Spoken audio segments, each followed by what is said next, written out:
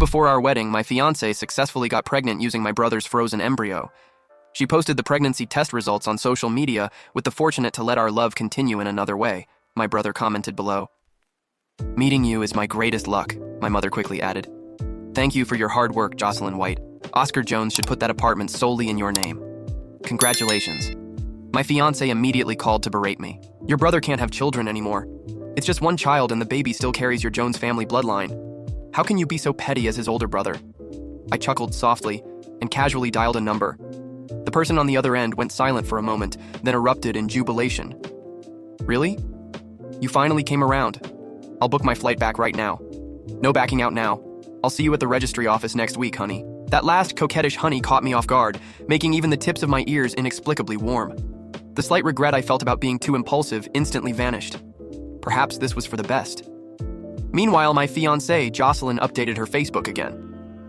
I clicked to find photos of her massaging Hugo Jones' legs. In the pictures, she was all smiles without a trace of disgust. The comments section was filled with teasing remarks from Jocelyn's friends. Sharp-eyed, I spotted a comment from my brother Hugo. If only we had met before you were promised to another. The implication was crystal clear.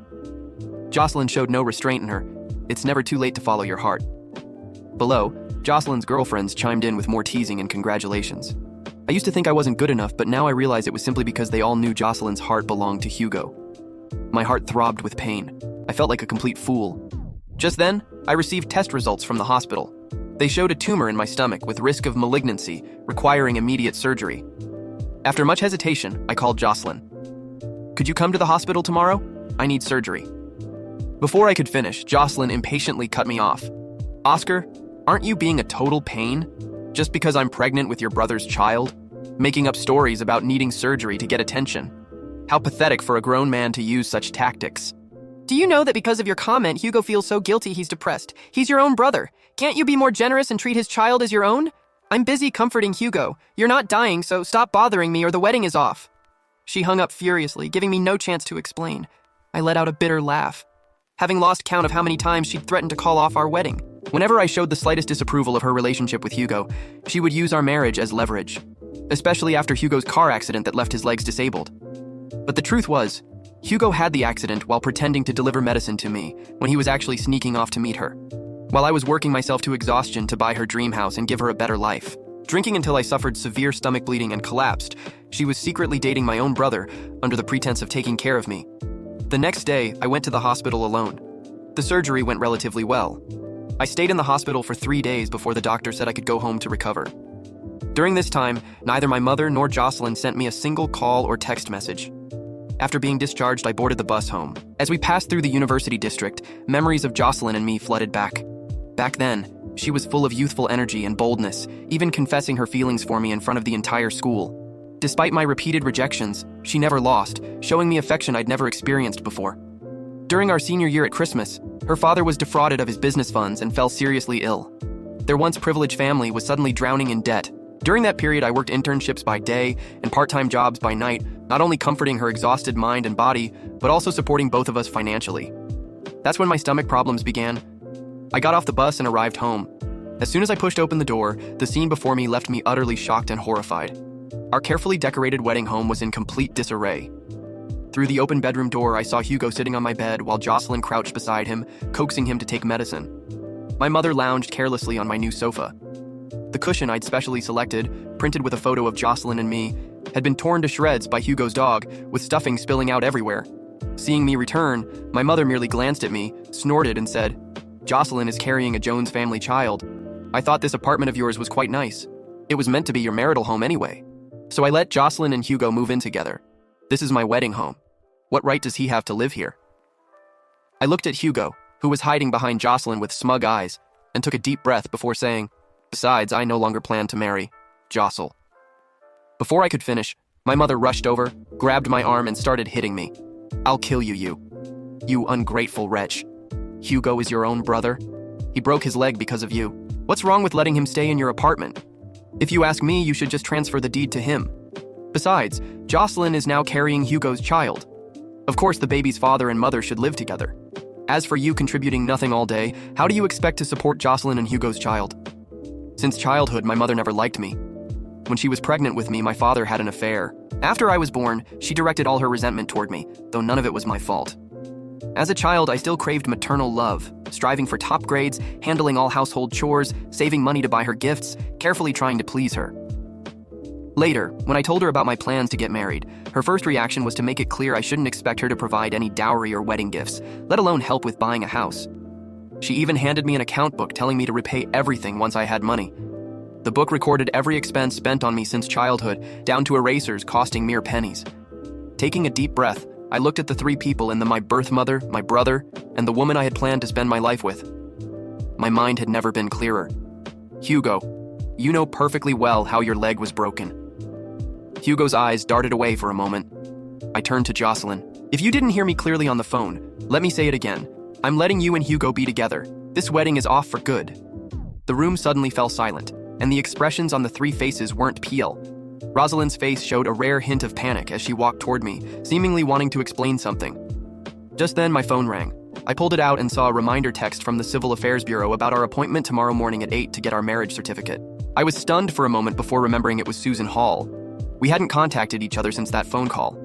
I assumed she was just kidding back then. Marriage isn't a small matter after all. But unexpectedly, she had made an appointment at the Civil Affairs Bureau, and it was scheduled for tomorrow morning at 8. Why was she in such a hurry? I couldn't help recalling how she had sweetly called me husband on the phone that day, and my ears began to heat up again. Jocelyn glimpsed the message content and sighed with relief. Oscar, I know you're just saying these things because I've been neglecting you lately. Don't worry, I'll definitely be on time for our appointment tomorrow. Then, noticing the medicine bag in my hand, she took my hand and softened her tone. Were you really sick? I thought you were lying, but seeing you standing here just fine, it can't be anything serious. I promise I'll make time for you from now on. I didn't explain. She took my silence as agreement and pulled me into the study. Where's that amulet I gave you before? Give it to me. Hugo wants it. Her words struck me like lightning. Though the amulet wasn't valuable, it was something Jocelyn had gotten for me when she was pursuing me, kneeling at every third step on her way to the temple. A traditional act of devotion. She had even fallen ill because of it. It was precisely because of this that I vowed never to let her down. And I'd kept the amulet with me at all times. Jocelyn became irritated. If you want one, I'll buy you another one later. Right now, Hugo's in a bad mood because of his broken leg. As his brother, you should be more accommodating. Accommodating? Haven't I been accommodating enough all these years? When has Hugo ever not gotten what he wanted? I'm even expected to give up my wife for him. I took off the amulet I had carefully worn around my neck, but didn't immediately hand it over. Jocelyn snatched the amulet from me. Don't be ridiculous. I've already agreed to marry you tomorrow. What more do you want? If you can't even part with an amulet, how can I expect you to treat me well in the future? With that, she yanked open study door and left. After leaving, I immediately put the house up for sale. There was something I hadn't told them. I'd been promoted, but needed to be transferred to another province. I checked into a nearby hotel and soon received a video. In the video, the lights were flashing and the music was deafening clearly at a bar. Jocelyn, dressed scantily, was sitting on Hugo's lap. They were feeding each other mouth to mouth, while people around them cheered. Someone nearby asked her, "Didn't you say you're getting your marriage certificate with Oscar tomorrow? Won't he be angry if he finds out about you and his brother?" Jocelyn pressed her entire body against Hugo and replied confidently, "Even if he knows I'm carrying Hugo's child, he'll just throw a little tantrum, then rush to make an appointment at the Civil Affairs Bureau for tomorrow morning. Besides, Hugo is his own brother. What's there to fuss about between family? The child will still be a Jones. Either way, if he were a real man, he'd be more generous about it." Everyone around them roared with laughter. After the video ended, another message came. "Oscar, you were born to be trampled under my feet." Of course, I didn't need to guess who sent the video, but my mood was surprisingly calm, and I even began looking forward to meeting Susan at the Civil Affairs Bureau tomorrow morning. I wonder if after all these years, she's still the same as before. That night, I enjoyed the best sleep I'd had in a long time. When I woke up in the morning, the thought of seeing the little girl who used to follow me around years ago and that we were going to get our marriage license made me inexplicably nervous. I almost arrived late as a result. However, as soon as I reached the Civil Affairs Bureau, I saw Jocelyn dolled up excessively, pushing Hugo in his wheelchair. She looked me up and down, eyeing my suit with contempt before letting out a scornful laugh. "Seems like you're taking this marriage license thing quite seriously, cleaning yourself up nicely." She then pulled out a document from her bag. "But before we get the license, sign this agreement first." I frowned. about to tell her that she wasn't the one I was getting married to, but she had already forced the agreement into my arms, adding, "I'm only thinking about our future happiness. This way, you can't say I took advantage of you later." Not wanting to argue with them in public, I bit back my anger and glanced at the agreement. That one glance was enough to make me laugh sarcastically. Agreement 1: After marriage, Oscar must treat the child in Jocelyn's womb as his own, assume parental responsibilities, and pay no less than 10,000 yuan monthly for child support. Agreement 2: After marriage, Oscar must allow his brother Hugo to live with them and promise not to interfere with Hugo's interactions with the child in Jocelyn's womb. Agreement 3: After marriage, Jocelyn has the right to decide whether to have more children, and Oscar cannot interfere. I couldn't be bothered to read the rest. Calling this a one-sided agreement would be an understatement. They weren't even treating me like a human being. Seeing me laugh, Jocelyn frowned, and Oscar, "What are you waiting for? Do you still want to get the license or not? Sign it now." I looked up defiantly and right in front of them, deliberately tore the agreement to shreds, throwing the pieces in their faces. "What do you take me for? Did you really think I'd sign something like this?" Jocelyn's expression changed dramatically. She tried to threaten me again, starting to say "you," but I cut her off coldly, giving her a sidelong glance. "And who told you I was getting a marriage license with you?" I checked the time. It was already 8:10. Yet Susan still hadn't shown up. Did she have an emergency, or had she changed her mind? Regardless, Jocelyn and I would absolutely never have any relationship again. "Justin." Just as I was about to speak, a car horn sounded nearby, followed by a clear, sweet female voice. "Honey, I'm sorry I'm late." I used to believe betrayal came quietly, through small omissions, subtle distance, or the slow fading of affection. But I was wrong. It came with a bang, a bomb dropped on social media, a photo of a pregnancy test paired with a nauseating caption. "Fortunate to let our love continue in another way." And below it, my younger brother Hugo commented, "Meeting you is my greatest luck." While my mother, who had barely congratulated me when I got engaged, chimed in with, "Thank you for your hard work, Jocelyn. Oscar should put that apartment solely in your name. Congratulations." I didn't even know what part to react to first. Was it the fact that Jocelyn, my fiancé, had gotten pregnant behind my back using Hugo's frozen embryo? Or that the woman I planned to marry and the brother I once carried home from school bleeding from scraped knees had shared this betrayal so openly, so proudly, like it was a love story instead of the slow carving out of my heart? I hadn't even processed the full implication when Jocelyn called me, her voice sharp with manufactured offense. "Your brother can't have children anymore. It's just one child and it still carries the Jones family bloodline. How can you be so petty as his older brother?" Her gall was astonishing, her audacity unmatched, but I didn't argue. I simply chuckled softly and dialed another number, the only number I could think to call in that moment. When she answered, the pause on the other end was brief. Then came the voice, bright and teasing. "Really? You finally came around? I'll book my flight back right now. No backing out. I'll see you at the registry office next week, honey." That last word, honey, startled me with how naturally it came from her, and for a fleeting second I felt warmth, genuine and unfamiliar, flooding my chest like something old coming home. I hadn't heard that voice in years. Susan Hall, a girl who once trailed behind me in college like a shadow, always cheerful, always kind, always overlooked because my heart had been consumed by Jocelyn's drama and demands. Meanwhile, Jocelyn updated her Facebook again, this time with photos of her massaging Hugo's legs, smiling at him like he was her husband already, while comments poured in. One from Hugo read, "If only we had met before you were promised to another," to which Jocelyn replied, "It's never too late to follow your heart." The implication hit me like a brick. They had never hidden it. They had simply decided I didn't matter. I had been nothing but the backup plan, the one who paid bills, bought the house, fought for a future they were building behind my back. My chest tightened, my stomach knotted, and just when I thought I couldn't take more, I received a message from the hospital. Biopsy results showed a tumor in my stomach with high malignancy risk. Surgery was advised immediately. In a moment of desperate hope, I called Jocelyn, not for comfort, not even for love, just to tell her. "Could you come to the hospital tomorrow?" I asked. "I need surgery." She didn't let me finish. "Oscar," she snapped, "aren't you being a total pain? Just because I'm pregnant with your brother's child doesn't give you the right to manipulate me with fake illnesses. Grow up. Hugo is depressed because of your jealousy, and you still want to be the victim?" Then she hung up. Just like that. I stared at the phone screen, numb. She hadn't even asked what the surgery was for. I laughed, bitter and broken. It wasn't the first time she had threatened to call off the wedding, but this time something inside me finally shifted, cracked, and then settled into something cold and unmovable. The next morning, I went alone. The surgery was successful, though the hospital stay left me hollow. Not a single message from Jocelyn, not even from my mother. Not a call, not a text, not even a passing concern. I recovered in silence. On the way home, the bus passed the university district, and memories surged. Of Jocelyn declaring her feelings to me in front of the whole school, of me turning her down again and again and her refusing to give up, always smiling, always chasing. I used to think that persistence was love. I thought that meant devotion. But now I realized it was just a performance, one built for an audience, one that had ended the moment someone shinier, someone weaker, entered the picture. When I opened the door to our apartment, our supposed wedding home, the scene inside broke something in me that would never mend.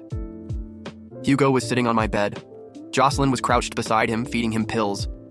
My mother was on my sofa, the same one I spent months saving for, its cushions torn to shreds by Hugo's dog. The pillow with our engagement photo was ripped, stuffing everywhere. I just stood there, stunned, and my mother glanced up only to say, "Since Jocelyn is carrying a Jones child, I figured it was appropriate for her and Hugo to move in. It was your wedding home anyway." Her tone was bored, as if she were explaining why she'd thrown out a broken chair. I looked at Hugo, who smirked and leaned into Jocelyn's hand, and I said, calm and cold, "This is my apartment. What right does he have to live here?" My mother scoffed and walked over, hitting my arm with the back of her hand. "You ungrateful little brat. He's your brother. He broke his legs because of you. What's wrong with letting him stay? You should transfer the deed to him. Jocelyn is pregnant with his child. What kind of monster refuses to let the mother of his nephew have a home?" The irony was suffocating. Hugo hadn't broken his leg delivering medicine for me. He'd been on his way to cheat with Jocelyn again. I had nearly died from overworking myself to buy Jocelyn's dream life while they used my body as a stepping stone. And now they wanted more. They wanted my home, my name, my dignity. But I said nothing. I walked to the bedroom, pulled open the drawer, took out the amulet Jocelyn had once given me in our college days. The one she said she got from a temple after crawling on her knees for hours. It had meant something to me. I had carried it for years, even when I stopped believing in what she represented. Now she saw it and smiled. "Give it to me. Hugo wants it." I hesitated, but she grabbed it from my hands. "If you want another, I'll buy it later. Don't be so petty." That was it. I packed a bag, walked out, and by nightfall I had listed the apartment for sale. I hadn't told them I'd been promoted.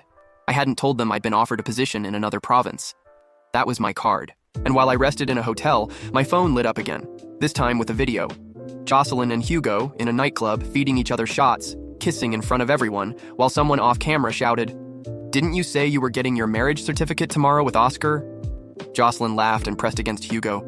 "Even if he knows, he'll just whine a little. He'll still show up. It's all in the family, right?" Then the message, "Oscar, you were born to be trampled under my feet." But I didn't cry. I didn't scream. I smiled, leaned back against the pillow, and thought of Susan Hall. And for the first time in years, I actually looked forward to the morning. The next morning arrived with the kind of soft golden light that usually signals a fresh beginning. But for me, it felt like the universe was holding its breath, waiting to see what I would do with everything I had finally let go of. And as I dressed in a clean, tailored suit, something Susan had once said echoed in my mind. Sometimes the right moment comes disguised as the end of everything.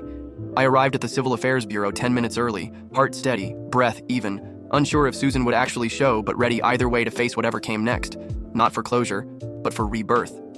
But instead of finding peace waiting for me in that quiet corner of the world, I was greeted by chaos and expensive makeup in a wheelchair. Jocelyn stood near the entrance in full bridal glam, her gown slightly too tight and too white for a woman who had just spent the previous night publicly grinding on my disabled brother, who sat next to her like a king on a broken throne.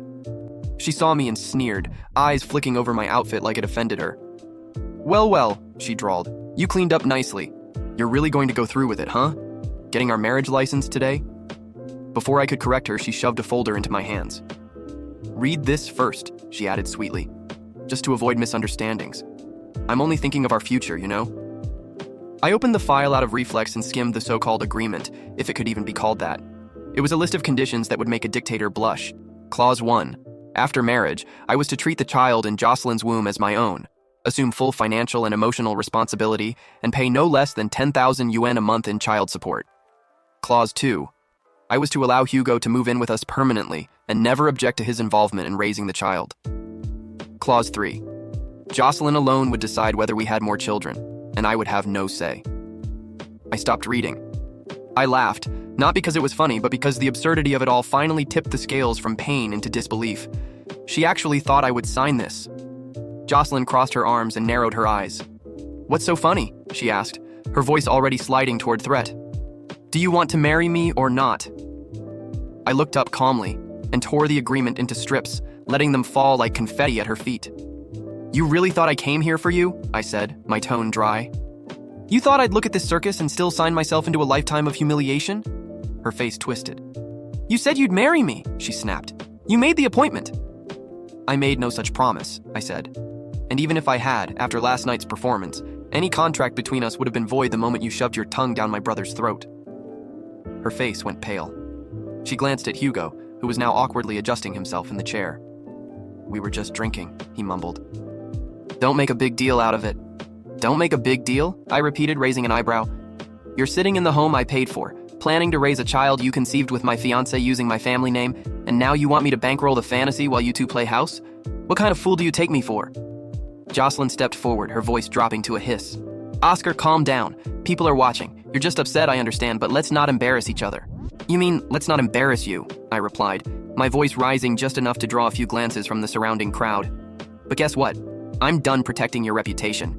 You didn't care about mine when you climbed into bed with my brother. So let's embarrass you properly."